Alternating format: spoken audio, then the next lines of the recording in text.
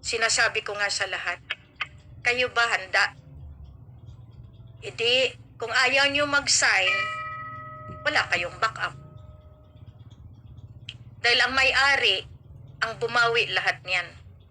Ayaw nyo pa kasing maniwala eh. Hindi, intayin nyo na lang na bumagsak din kayo lahat. Kasi ang pagbawi, yun ang masakit. Kasi ayaw nyong makiusap.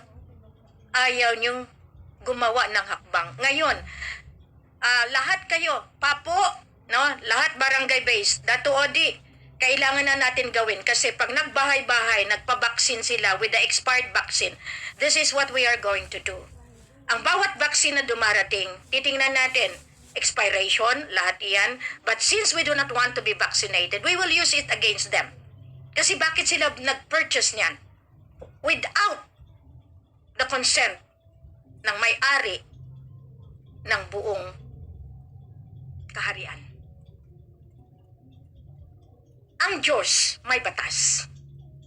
Bakit ninyo ino-alter ang DNA ng tao through vaccination? Yan ang hindi alam ng iba.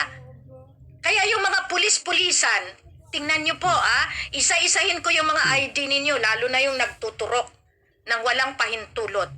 That is against the will of the people. Kasi wala talagang kaya ng Lemuria.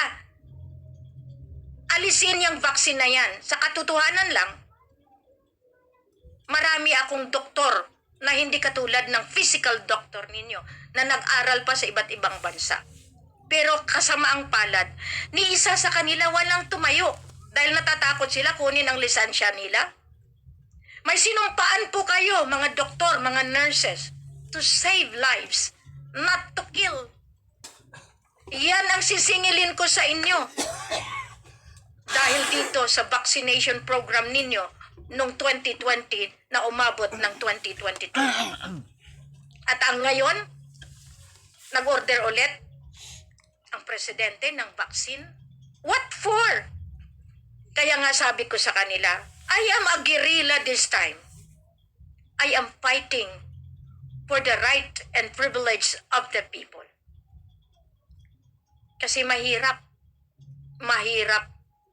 The more that I am silent, the more pinapahamak nila yung tao dahil may ginagawa kayo na hindi angkop doon sa programa ng Diyos Ama. Kung ayaw nyo akong kilalanin, so fine, so good. But as I told you, my documents are intact. It is submitted to the Supreme Court. A reminder, after 2023, after 2015 ng police power ng Amerika, wala kayong magawa. America cannot save you, cannot make you.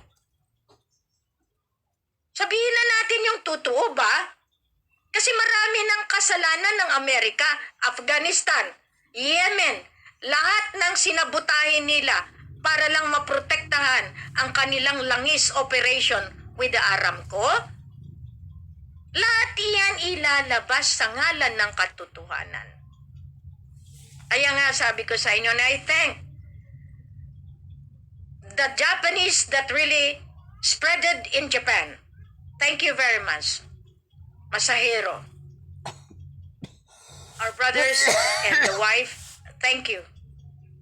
Meron bang iba? Kasi dito sa Pilipinas, bayaran po ang media. Kaya kayo mga nagtatanong dyan, bakit hindi kami nilalabas? Matagal na po nagni-negotiate sa akin yung iba. Kailangan 1 million para ma-air out tayo. Bakit ako magbigay ng 1 million? Karami-rami ng problema ko, di ibigay ko na lang sa tao. That is still the waste of time. Ayaw nila, that means meron akong huhulihin dahil sa pagharang sa katotohanan. Yan ang hindi nila nakikita kasi. They thought it will just be that way. The more that you oppressed and suppressed the queen, that is a form of suppression already. Pero sila in the name of God, their God. The more you delay that, the more attributory